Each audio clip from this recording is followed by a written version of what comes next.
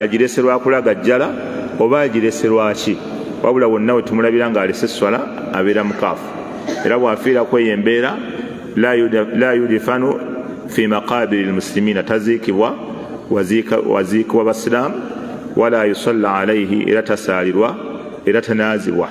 Omuntu yenna gwe bakakasa kyabadde aleka esswala. Ekyo ne kiraga nti esswala kyekyobwetteeka ekikulu oluvannyuma lwa shahada ebbiri. Omuntu bw'amala shahada ebbiri, ensonga enkulu gy'alina okuzzaako kusaala. Omuntu yenna atasaala tanaazibwa, tasaalirwa, tebamuziika we baziika basiraamu, bamuziika yekka oba bamuziika we baziika abatali basiraamu, kubanga tasaala. Ate bwe bikwatagana n'esswala okuba nti yajama, abasajja bonna balina gireeta mu muzikiti. Kyobola Shaqiq bin Salama sayyidu tabi'in yagamba Abdullah bin Mas'ud sahabi wa nabi yagamba hatta okutuusa ku mulembe gwa nabbi baleetanga omusajja ng'abantu babiri bamukwatiridde, ng'onaamukutte sayidi eno n'oli naamukwata sayidi eri, fayuqifuunahu fi ssaf, ne bamuyimiriza mu layini y'esswala. Wala yatakhallafu anha illa munafiqun ma'lumu nifaq. Abdullah bin Mas'ud yagamba tewali ku mulembe gwa nabbi atajjanga kusaala swala mu muzikiti nga musajja okujjako yabeeranga munnanfuusi ma'lumu nifaq, ng'obunnanfuusi bwe bumanyikiddwa. Ekyo ne kitegeeza nti ensonga enkulu ennyo oluvannyuma lwa shahada ebbiri kuzzaako swala. Omubaka alayhi salaatu wassalamu bw'atyo yagamba Mu'aadh, sooka obakoowola okujja eri tawhid, okujja eri shahada, bamale okwawula Allah tabaraka wa ta'ala. Bwe banaba bamaze okwawula Allah tabaraka wa ta'ala, Allah ne bamutongoza mu bwomu bwe, ne babeera nga gwe basinza yekka. Yamugamba awo bayigirize nti Allah yabalaalikako esswala 5 ez'ekiro n'emisana, kubanga mulimu esswala ezisaalibwa ekiro nga magharibi ne isha, ate mulimu ezisigadde ze tusaala emisana. Ekyokusatu, omubaka alayhi salaatu wassalamu kiyazzaako, yagamba fa'alimuhum anna Allaha aftarada alayhim sadaqa, bagambe bwe baba bamaze okuteeka mu nkola esswala ne bagisaala bulungi, bagambe ekiddako fa'alimuhum, bayigirize anna Allaha aftarada alayhim sadaqa, Allah yabalaalikako zaka.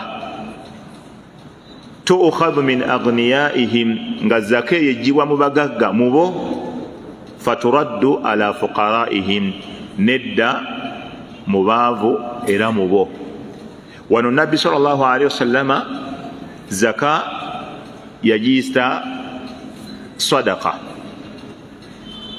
Kati ekigambo sadaqa bwe kiba kizze kyokka, kiba kiyingiramu saddaaka eza bulijjo okugaba, kuno kwe tugaba, kiba kiyingiramu ne zaka ey'obwetteeka.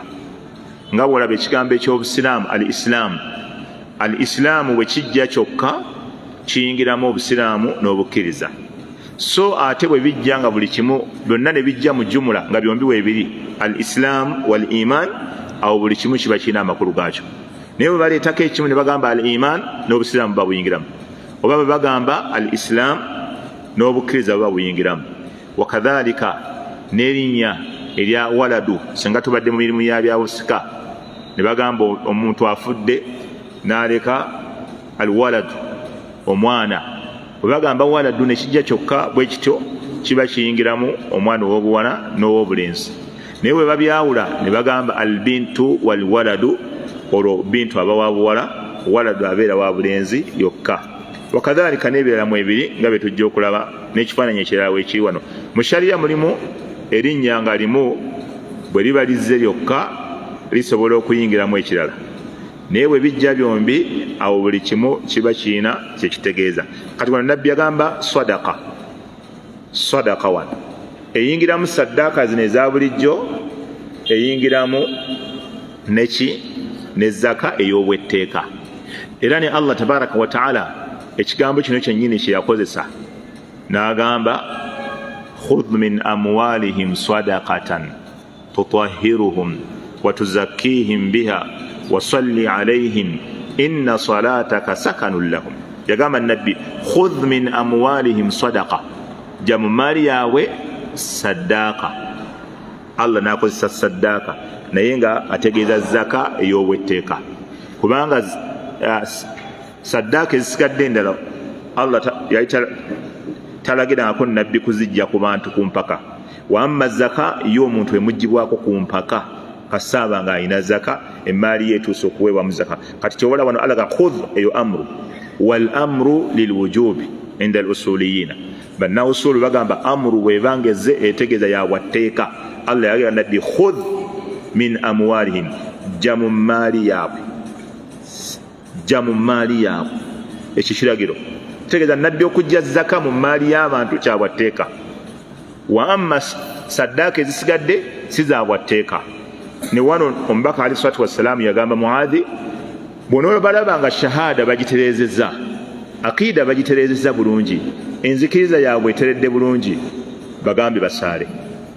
Bw'onoolaba nga bassola bagitadde bulungi mu nkola, kati ate bagambe ne zaka tibalina okuwa zaka. So singa bwe twali twategeera edda abantu akiida tennaba kutegeera tennaba kunywera, aye tubagamba basaale, tubaziika ng'abasiraamu, tubajjako zaka, tubagamba okusiiba. La, omuntu yenna nga akiida enzikiriza tennaba kunywera, tawhiidu we tannaba kunywera, tannaba kwawula Allah, tetumugamba kusaala yiri, tumugamba kusiiba, tumugamba kutuwa zaka. Akiida erina kumala kunywera then n'asaala. Bw'amala okusaala ne tulaba nga ddala essola agitadde mu nkola, tumugamba kati waliwo empagi ey'okusatu eri oyo aba awezezza emmaali evaamu zaka, eri oyo aba awezezza niswabu emmaali eweebwamu zaka. Nabbi n'amugamba nti faalimuhum, bagambe anna allaha, bayigirize bategeeze anna allaha aftarada alaihim sadaqa, Allah yabalalikako saddaaka ze zaka, tukhadhu min aghniyaihim, ngejibwa mu bagagga, faturaddu ala fuqaraihim, nedda mu baavu mubo. Wano waliwo ekyokuyiga nti zaka eva mu bagagga ab'omu kitundu ekyo, nedda mu baavu era ab'omu kitundu ekyo. Wamma zaka ogikuŋŋaanya wano ayi ne tugabira abantu abalala nga ne wano we tujje waliwo abeetaavu, tekiba kituufu era si kirungi, kubanga ebimu ku bigendererwa bya zaka, omugagga bw'abeera awangaalira mu kitundu kino, abaavu abali mu kitundu kino baba bamumanyi. Kati buli lwe baba nga bamumanyi n'aba nga agibwako zaka ne bagiwa abaavu b'omu kitundu ekyo, abaavu abo egimu ku migaso egiri mu ekyo basobola omukuumira emmaali ye. Emmotoka ye tebasobola giraba nga waliwo agibbako akataano ne basirika, bagamba emmotoka yaffe bagiyita yaffe, kubanga abawa zaka. Ente ze tebasobola zireka ne bazibba, bagamba ezo ente zaffe temukwata ku nte zaffe, kubanga abawa zaka. Tebasobola kulaba mubbi nga ajja kulinnya ekikomera kyo haja abawa zaka ne bamuleka. Bakuuma emmaali y'omuntu oyo kubanga yaabwe bamanyi ku Idi ajja bakutula, bamanyi ku mwaka bwe guti ajja bakutula. Kati zaka ejjibwa mu bantu abo era neddamu abo, naye kati gwe ne bw'oba ogiwa ng'abantu b'omu kitundu tebafunako, bagamba wayi musajja abeera mu kikomera oba muyindi yeggalira omwo tetumumanyi naffe, oba batwala birabika bya muyindi ebyo, ne baba bakumanyi bakuyita muyindi, alaka muyindi abeera mu kikomera ani amumanyi ayitaawo yeggalira n'agenda, naye bayinza okuyita omuyindi nga toli muyindi. Lwaki? Olw'okwejjako okubalaga nti gwe oli mulala nabo balala. Naye bw'oba obeera nabo nga zaka babagamba banne muganda waffe oyo atuwa zaka, bakusabira eddua Allah akuume emmaali ye, Allah ayingiwaze emmaali ye. Wakadhalika waliwo kye bayita attakafulu al-ijtimai, attakafulu al-ijtimai, okuyambagana okw'ekitundu. Kati omugagga oyo abaako bakwatizaako n'alaga nti abantu b'ekitundu ekyo bayambagana, abaavu abalimu tebabeera bubi nnyo kubanga mulimu ababakwasizaako baba balina ebizibu. Ate ekirala bwe bafuna essente ne batandika okukola nabo bajja kuwa zaka mu kitundu ekyo. So zaka kyalibadde kirungi nga Nabbi bwe yagamba Muadhi nti abantu abo genda obaggyeko zaka, naye bw'omala ogibaggyako ogijja ku bagagga mu bo ate n'ogizza mu baavu abali mu kitundu ekyo. ekirala wano nabbi yagamba tuukhadhu min aghniyaihim ejiwa mbagagga mu bo mani alladhi yutlaqu alayhi ismu alghina ani gwe bayita omugagga ani gwe bayita omugagga ani gwe bayita omugagga wano abantu abamu alladhi yatabadaru ila adhanihim ekisoko kujja mbongo bwabwe be bantu abalina sente nyingi babijodoro bamanyi nti be bagagga naye wano ayitibwa omugagga wano mweno hadisi huwa alladhi yamtaliku anniswaba yoyo awezezza omutemwa ogutandikirako okuwa zaka oyo yaba omugagga mweno hadisi so si bali babijodoro baminyonkondo bazawera banaggwa dda kasoweza niswabu oba ogibwako zaka kitegeeza oba muki oba mugagga bw'oweza ente 30 ogibwako zaka era oba olina ekitendo ky'obugagga ekitendo ky'obugagga okifunye ddi olw'okuweza niswabu eya zaka y'ente bw'oba okungudde ebirime n'oweza kilo 600 oba 750 obeera mugagga mu balimi kubanga omutemo ogutandikirwako okuwa zaka ogukoze eki oguwezezza wakadhalika ayina embuzi 40 aba afuuse mugagga mu balunzi b'embuzi era abagibwako embuzi emu tosobola kugibwako mbuzi nga tonnaweza niswabu bw'oweza niswabu kitegeeza ofuuse mugagga n'ogibwako zaka y'embuzi ne bagiwa abagagga abali mu kitundu ekyo bw'oba olina eŋŋamiya 5 ogibwako akabuzi kamu 5 endala akabuzi kamu 5 endala akabuzi kamu 5 endala akabuzi kamu 24 owamu obubuzi 5 paka lwoweza 24 busigala obubuzi 4 paka lwoweza 25 eŋŋamiya olwo n'oba ng'owezezza niswabu y'eŋŋamiya okuwa eŋŋamiya emu wakadhalika kiki tuleseeyo sente owa sente kasaaba ng'ayina bwe tubalira mu silva ng'ayina gulamuzi 595 ye niswabu ya silva genda onoonye silva gulamu emu egula sente meka okubiseemu 595 ojja kufuna sente ziba meka owa silva zatandikirako ate awera mu gold kasaaweza gulamuzi 85 genda onoonye ku neeti gulamu emu eya gold egula meka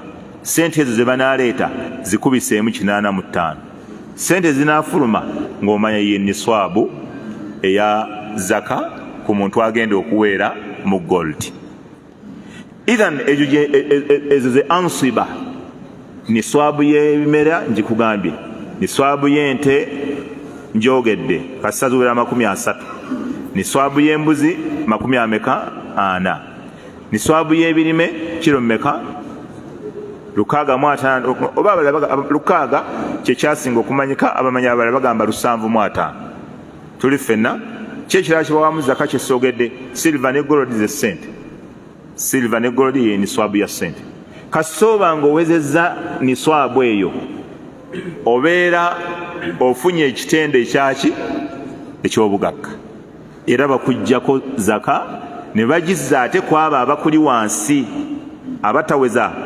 niswabu gy'owezezza ne baweebwa omutemu ogwo n'ebeera ng'eyitibwa zaka yaabwe ng'ejjiddwa ku mugagga ali mu kitundu ekyo neweebwani omwavu ali mu kitundu ekyo nabbi yagamba tuukhadhu min aghniyaihim ejiwa mbagagga mu bo faturaddu ala fuqaraihim neddizibwa kuki neddizibwa muki mu baavu abali mu kitundu ekyo mu hadisi eyo shekha agamba fihi dalilun mulimu obujulizi ala anna zakata nti zaka eno awjabu l arkan bada as-salah yemu ku mpagi ez'obwetteeka ennyo ng'oggyeko esswala kitegeeza zino empagi zisiŋŋana shahada 2 tewali waggulu waazo kizisinga siwe kiri ate oluvannyuma lwa shahada ebbiri ekiddako obuzito ki? Swala. Oluvannyuma lw'esswala ekiddako obuzito kuzina empagi eziddako oluvannyuma ki? Zaka. Era ky'oba olaba Abubakarin Siddiqi radiyallahu anhu bwe yakwata obukulembeze, abamu ku baali baakasiraamu k'abapya bagamba tugenda kuva mu busiraamu tugende ne Musailamatul Kadhaab. Waliwo gurupu endala ey'okubiri bagamba ffe tugenda kusigala nga tusaala naye tetugenda kuwa zaka. Kati Abubakari kye yagamba la uqatilanna, ngenda kulwanyisa man farraqa baina as-salati waz-zaka, omuntu yenna gwe kanaatanda nayawula wakati w'esswala ne zaka.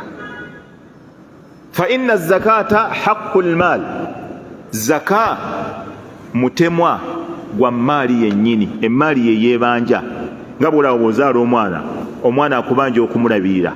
Kati naawe bw'oweza essente zikubanja zo zennyini zeebanja okuba nti oyagala zikuumibwe ziyinjiwale, zo zennyini zibanja okuzijjamu ki? Zaka. Era ky'oba olaba zaka tetutunuulira nannyiniyo nga bwe kigenda okujjera wano wansi.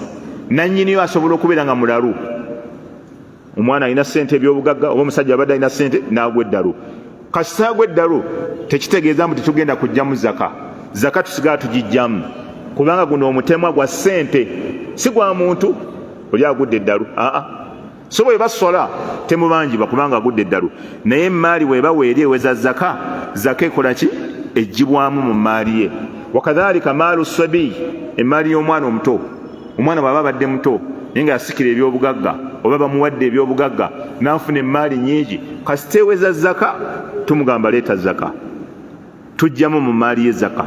Awamu n'ekyo nga ibadaati endala gairu mukallafi, tebamulaalikangako mimirimu gyabwatteka hatta yabluga, kutuusa n'atuuka mu myaka gye egy'obukulu, naye zaka yo ebanjibwa kubanga eno maali.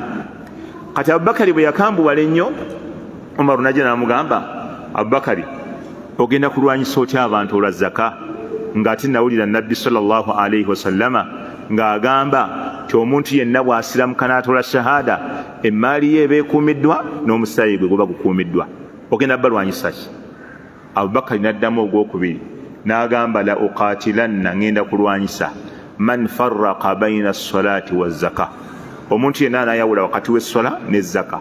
N'atuuka okwogera ekigambo ekisembayo n'agamba wallahi, ndayira Allah, law mana'uni iqaala.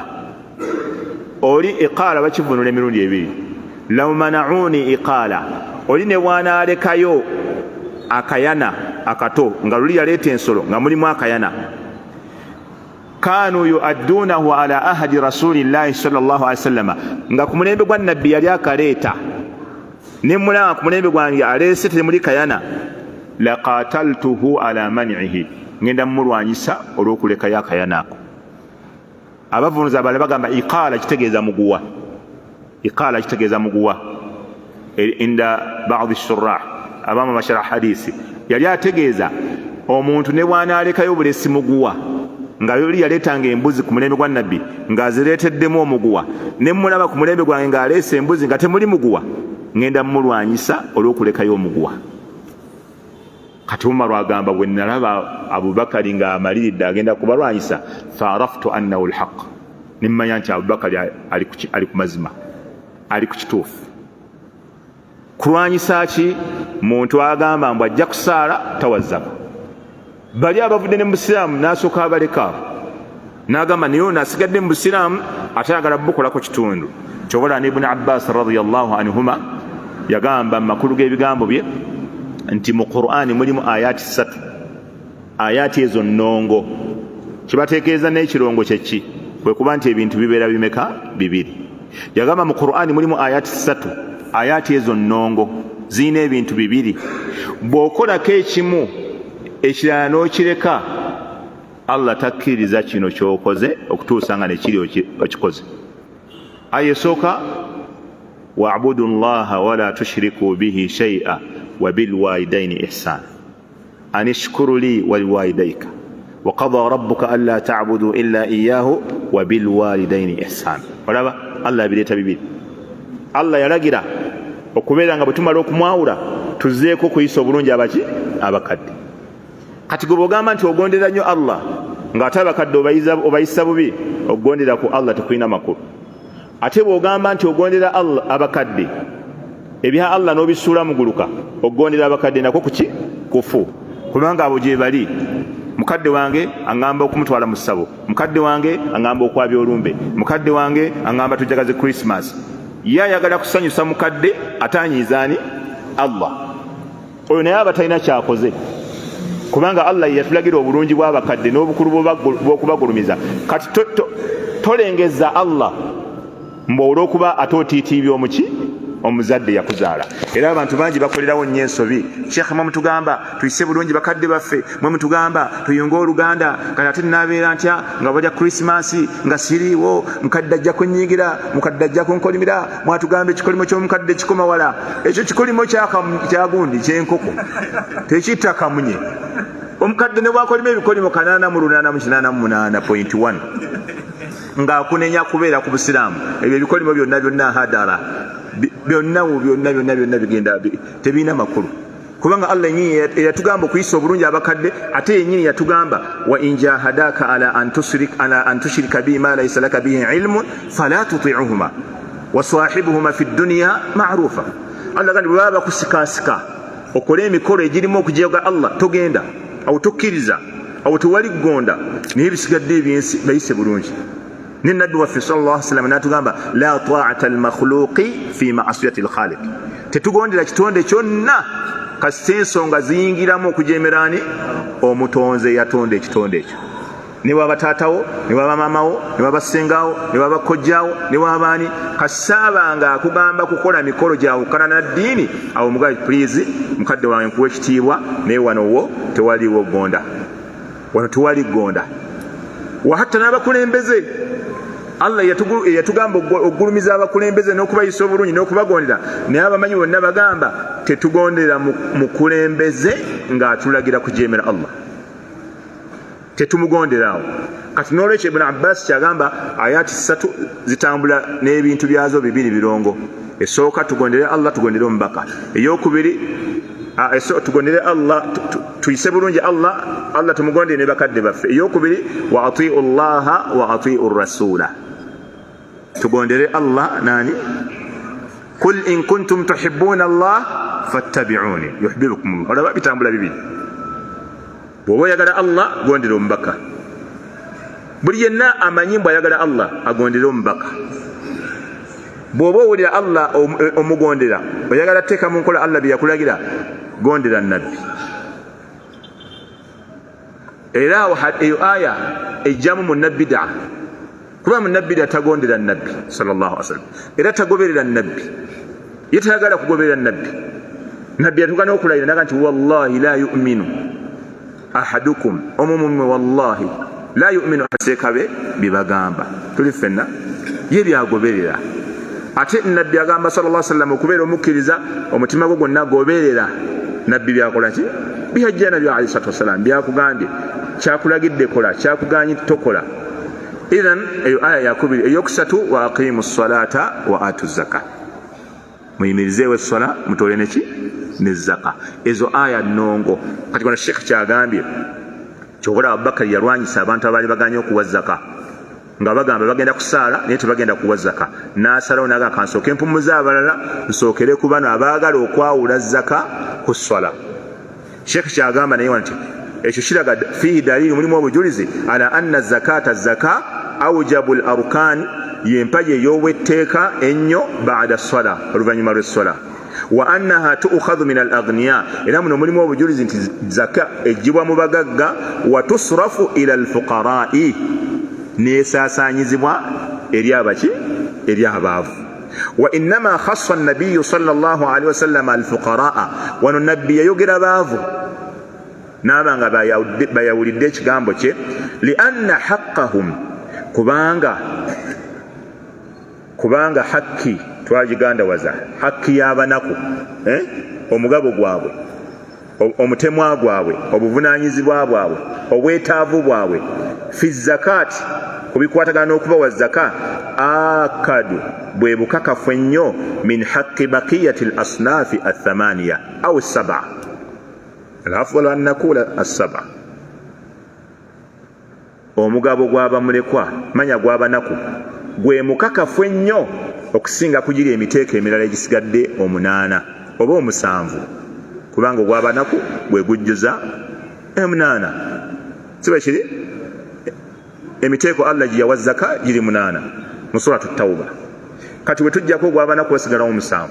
Kati Sheikh agamba lwaki wano nabbi eyogera baavu, kubanga abaavu bakakatibwako nnyo okuweebwa, beetaavu nnyo okuweebwa zaka okusinga ate giri emiteeko 7 egisigadde. Kuba wano Uganda abantu bakivuunula bubi.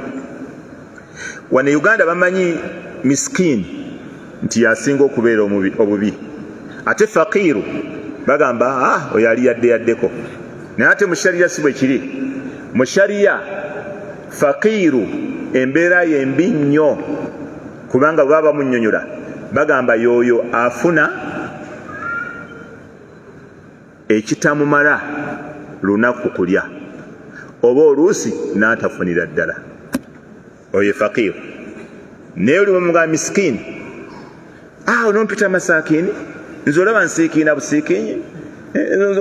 busiikiinyi bo balaba miskini yali obubi ennyo, naye ate miskini ali yaddeko, kubanga akola naye kyafuna tekikola ki tekimumala. Era olaba Allah yayogera wali wa amma as-safinatu fakanat limasakina ya'maluna fil bahri, eryato lyali lyaki lyabanaku naye nga bakolera ku nnyanja okwo. Tolaba nti omunaku akola, omunaku afunayo n'akasente akola, naye ono miskini talina na mulimu, nekyafuna okulya tekimumala, oluusi tafunira ddala, ye miskini. Kati oyo ye faqiru, kati oyo ye akakatibwako nnyo okuweebwa zaka okusinga emiteeko egisigadde giri emeka 7. Kati kyobola naddi gwe yalondobayo wano n'agamba zaka ejjibwa mu bagagga neweewa baki abaavu bafukara. Nabbi n'alondamu asinga okubeera omubi n'amwogera akiikirire bali bonna. Tuli ffenna nga naffe bwe tuba tusomesa bulijjo nga twogera ku bashiriku ne tulondobayo jjumba, akiikirire abashiriku banne abasigadde ne tumukubirako ekifaananyi, akiikirire abaki abajambaali bali abalala abasigadde, kati n'ebirala ne mu bubbi. Sobola okunoonyayo omusajja asinga okuba omubbi n'oyogera erinnya lye n'akiikirira babbi banne, oba okitegeera? N'omussi abatemu n'ofunayo saabatemu omu n'omwogera nti gundi n'akiikirira abaki abassi. Kati nabbi wano yogerayo omwavu nti zaka eweebwa baavu, kubanga hakki y'abaavu nkakafu nnyo okusinga ate emiteeko emiki emirala. Sheikh agamba wafiihi, era mu hadisi eyo mulimu anna al-imama omukulembeze huwa alladhi yatawalla qabda az-zakati wa sarfaha. Imamu omukulembeze, mufti, amiru mu busiraamu mu sharia yayina obuvunaanyizibwa obw'okukuŋŋaanya zaka n'okugigaba. Imma binafsihi, asobola okuba ye kennyini nga yakola ki yagyegabira, au naibuhu, oba ani depute we omumyuka we n'agigaba. Famani mtanaa min adaiha, omuntu yenna bw'agaana okuwa zaka famani mtanaa, oyo yenna agaana min adaiha ilayhi, okuwa omukulembeze zaka, ukhidhat minhu qahara, emugibwako n'amaanyi. Wano ne waliwo ekikulu wano abantu ennaku zino baagala nnyo okwegabira zaka, era ebimu ku bibuuzo ebisinga okubuuzibwa byebyo. seka wemba ninayo abaavu bemmanyi sikkirizibwa okugira bwenti nenkola bwenti abantu baagala nnyo gyegabe ennaku zino babuuza nnyo ebibuuzo ebyo abantu ennaku zino simanyi lwaki bagobye nnyo abawalimu mu bintu byabwe oba balabanga zaka etejja kutuuka kubanga ndowooza bayinza ogiwa omuntu ne baga nti ono bw'omuwa zaka eyinza okutuuka mmwe mulowooza oba kiba babagenderera kubanga nze simu ezo nzifuna nnyo ennaku zino kakati bwe nebazeebazeemu wano obukadde buna naye bwe abooluganda lwange nina bemmanyiimu wano negundi nekkojja mbawe zaka ezo simu zifuna buli kaseera mbawe zaka kale oba owadde abooluganda lwo naye n'omuwalimu muweeyo omugabo gwe tokiraba mwabaagala ogyegabira kale n'abawalimu mubaweeyo emigabo gyabwe ngenseka ate omuwalimu naye alinamu omugabo gwe emigabo giri nagikoze eki nagigabye naye kwatiraawo ogwo omutima tegujja kunnuma kubanga nguleese nga mugabo gugwo omulumirize ngari guno omugabo gwo nguleese nga gugwo gwa muwalimu era sikulinaako kigambo kyonna kubanga ziri ezisigadde nzikoze eki nzigabye kubanga oyinza okumuwa obukadde obuna n'omanyira ddala ti noga gundi ono kyasanka ono senda nazigaba ate munange ebyo ebintu weebiri ebyaddala ebyo weebiri ewaddala ewikisi nga bbiri emabega bankubira abantu b'ekitundu ekimu nga waliwo omugagga mu kitundu ekyayagala kuwa zaka kaakati ne mbabuulira ebikolana ku zaka y'embuzi bigenda okuwunzika ng'omugagga alina okuwa embuzi ezi 3 omugagga naye teyali mubi n'akwata embuzi n'aziwa imaamu n'amuyita n'amugamba imaamu zaka yange yiino embuzi 3 imaamu olwamuwa zaka yasonga busonzi ku bbuca emuli okumpi bano abatema ki ennyama n'azitunda embuzi ezi 3 bwe yamala okuzitunda bali abasajja ababbuca ne bamukaba imaamu ne bamugazi n'embuzi ziriko olaama eno ogiraba mbuzi za Haji Sula ffenna tuzimanyi wano ozijjeewa imaamu nga tebamukaba imaamu bakoma kumukabako kolowooza bino byannaku ntonotono wikisi nga 2 emabega imaamu ne bamukuba emabuusu swi mukomera bamuyisawo obutereevu mukomera bamulanga gwakubba mbuzi za Haji gundi ali munanga we bankubirira essimu imaamu mujjeeyo naye takiddangamu ke bamusibyemu kamala takolanga bwati olulala naye mumujjeeyo nemala temumulekayo emabuusu imaamu mumujjeeyo naye akoze bubi kubanga zaka eyo bagikuwa imma twalako embuzi emu endala ogigabire gundi Abdul Fattaha endala ogigabire Mukiibi nabo balunde bafune embuzi endala paka nezinawera bawe zaka naye kubazikuwadde n'oyingira bbuca ebintu ebyo bye bigaana abantu oluusi okuleeta ssente w'abakulembeze naye kati olaba gundi bamukwata omukono nga guli mu nva naye ate wano bawulirawulira ebintuntu ebyo ne bibagaana oluusi okuleeta ki zaka naye nga wano hadisi etulaze bulungi nti omukulembeze yalina obuvunaanyizibwa obukola ki obukuŋŋaanya zaka n'obugikola ki n'obugigaba bw'aba si ye amumyuka oba kitegedde naye kati abantu babeera ne imaamu waabwe nga imaamu bakimanyi bulungi bwe bamuwa ente ayitawo obutereevuwa mu lufula wali ku gundi wano ku lwebugoloobi olumuwa ente akawungeezi ku majja 12 bamusanga wali ng'agiramuza kati we tebaddayo muwa zaka ya nte bagamba omusajja ente ze tumuwa zikola ki azitunda butunzi ithan zaka ekituufu yali badde eweebwa abakulembeze kubanga abakulembeze bamanyi abantu ab'enjawulo oyinza okuwa omuntu zaka ng'ate ye omukulembeze amanyi bamuwadde ne muba nga muwadde emirundi mingi nga tuwaliwo abeetaavu abalala ekirala bayimaamu batuukibwako abantu abeetaavu bangi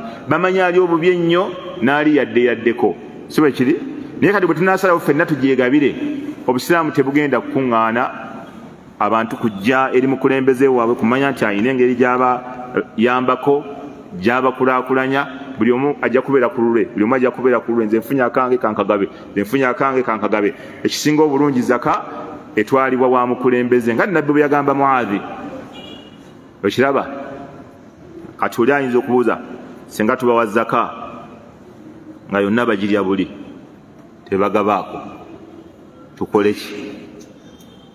Tusigale nga tubawa zaka yaffe oba twegabireko ettundutundu ezisinga obunene tubatwalireyo obusammambiro nga n'emitima gyaffe gitukudde nti obwo bwo obukoze ki? Oba obugenze. Wafiihi mu hadisi eyo mulimu era annahu la yajuuzu tekikkirizibwa dafuha okugiwa ila ghaniyi omuntu omugagga. Zaka tebagiwa mugagga. Tukijjawa mu eyo hadisi. Kivaawa mu eyo hadisi. Ani amanyi wekiva? Muno hadisi mulimu nti teweebwa mugagga. Kivaawa?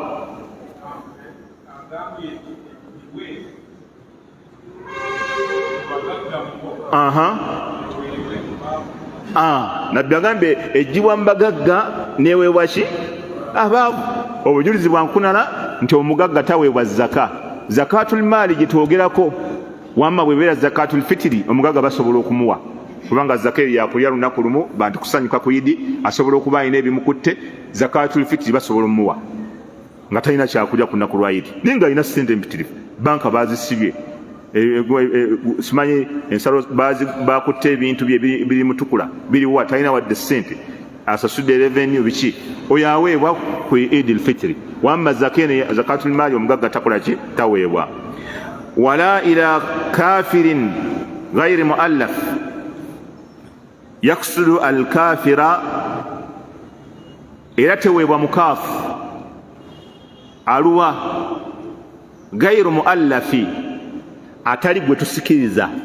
Waliwo bayita muallaf nga olaba omutima gwe gwagala obusiraamu, ayagala okusoma ebitabo by'obusiraamu. Enjogera bbi nti ebintu by'abasiraamu nze binsanyusa, kati tolaba okuziika kw'abasiraamu ze kunsanyusa. Tulinaako obuzibu mu ngeri y'okumusikiriza tusobola okumuwaayo zaka.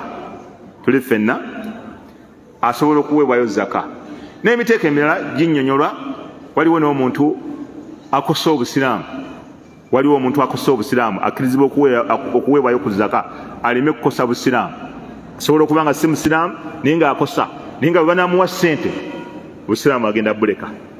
Wakadhalika ne bwe busiraamu, mu basiraamu bennyini musobola okubaamu abantu abakosa obusiraamu nga yennyini ate obusiraamu abukosa. Eshariya eyinza otugamba tumuyite tumuwe zaka, tumugambe naye bino ebintu bireke, ng'abireka ng'obusiraamu butereera. Sheikh agamba wa anna zakata, era mulimu nti zaka wajibatu fi maali sabiyi kama dhakartu lakum anifa. Zaka ekakata ne mu maali y'omwana omuto, wal majnuni n'omuguwa eddalu, kama huwa qawlu ljumhuri, nga bwe kiri nti ekigambo ky'abamanyi bonna abasinga obungi, li umumi lhadithi, olw'okuba nti hadisi ebuna emmaali eggibwa mu bagagga eddizibwa mu baavu ate omwana mugagga. Qultu, ye Sheikh agamba walfaqiru, omuntu omwavu wano, idha ufrida, bwe baba bamwogedde yekka, fi lafzi, mu kigambo oba mu njatula yonna, tanawala almiskin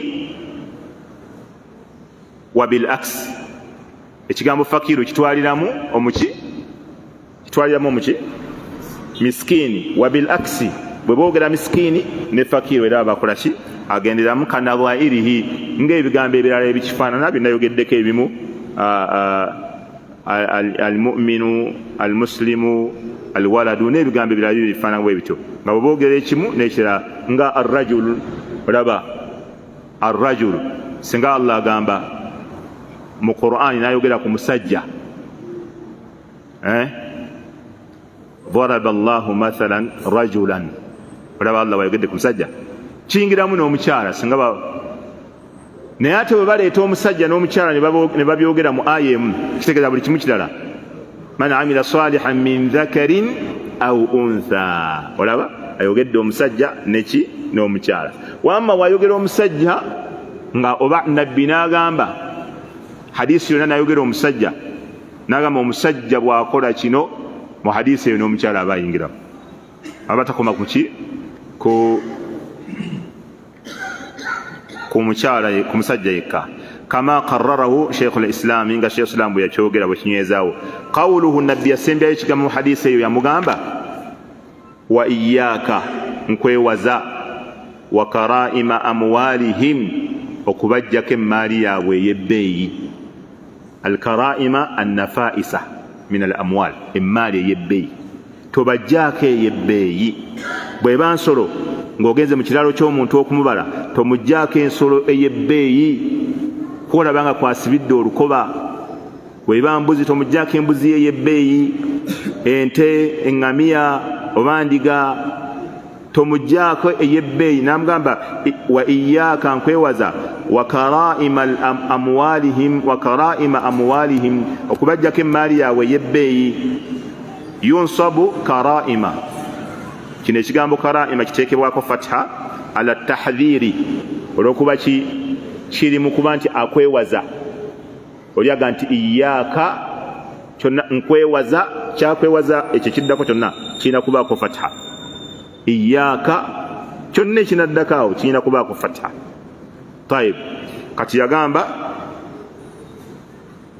ala tahdhiri jamu karima. Ekigambo karaima ye jamu karima. قال صاحب المطالع هي الجامعة للكمال. صاحب المطالع بيلانيو يغامبا الكريمة ensolo ennyo ey'ebbeeyi ennungi yagamba hiya aljamiatu yeyebeekuŋŋaanyiza lilkamaali eri ebitende eby'obujjuvu almumkinu fi haqqiha ebisoboka okuba nti eyo ensolo ebiina. Kwegamba leka kuleeta ati kitendo kirala olowooze nti erina okuba nakyo olw'okuba ya bbeeyi, wabula yeyebeekuŋŋaanyiza ebitendo byonna eby'obujjuvu mu bitendo ebibeerebwa naki n'ensolo.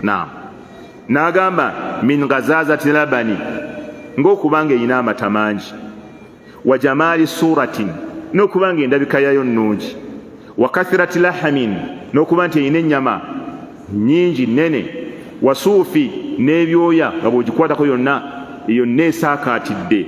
ذكره النووي إمام النووي بw'ayogera. قلت الشيخ agamba وهي خيار المال, يمال يسينغو كبير النونجي, وأنفسه وأكثره ثمنا. وأنفسه إلى nga yebbeeyi mu maali yonna omuntu gy'aba ayina, wa aktharuhu thamana era nga yeyo kiziyizibwa ala al-amili ku mukozi yenna abaawuganya zaka, akhidhu karaima al-amwal okujja ku bantu emmaali yaabwe esinga okubeera ey'ebbeeyi. Oli bw'aba akuyise jangu ombalire zaka, oyinza okulaba ebintu ebimu nga mutuufu omutima gwe gubiriko nnyo, ebyo si byotwala. Wayahrumu, ate era nga kiziyizibwa ala sahibi lmaali, koona agibwako emmaali, agibwako zaka, ikhraaju shiraari lmaali, naye ate okuwaayo emmaali esinga okuba embi. N'alondamu obuyana obukovvu, n'ayondamu obuligo obusinga okuba obubi, obubuzi obusinga okuba obubi, obute obusinga okuba obubi, ate naye n'awaayo obwo. Obusiraamu kyobula ddiini wasati, ddiini ya wakati. Wakadhalika ja'alnakum ummatan wasata, Allah yabafuula ba wakati. Musiraamu tokola guluwu, aye tofootookera ddala, kolera wakati. Qawluhu, yasembyayo ekigambo ekigamba n'agamba nti bal wabula yukhriju alwasat, awazaka ng'afulumyamu emmaali eya wakati. Fa in tabat nafsuhu bilkarima jaza, naye ate awadde awazaka bwe guba ng'omutima gwe ye gutukudde kweri emmaali ey'ebbeeyi okugiwaayo, jaza, kikkirizibwa. Nga yennyini asazeewo naga nti atwaleeyo sirina buzibu, gwakuŋŋaanya tolina kusonga kwesinga kuba ya bbeeyi. Naye ye fa in tabat nafsuhu, omutima gwe bwe guba mutukuvu nga gutukulidde bilkarima kweyo ey'ebbeeyi, jaza, akkirizibwa okubeera nga ono azize okukuŋŋaanya zaka agitwala.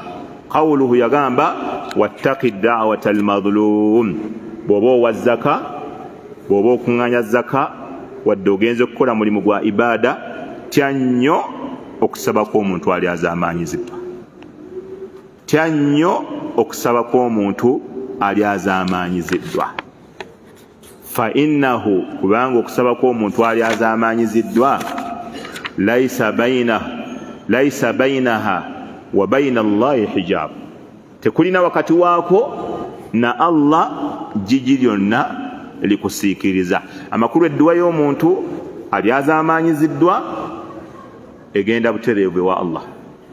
Tewali jjigi lyonna ligigaana kutuuka. Tugenda kutandikira ku kigambo ekyo darusu yaffe neddako biidhinillahi tabaraka wa taala. wa barakallahu fikum wa jazakum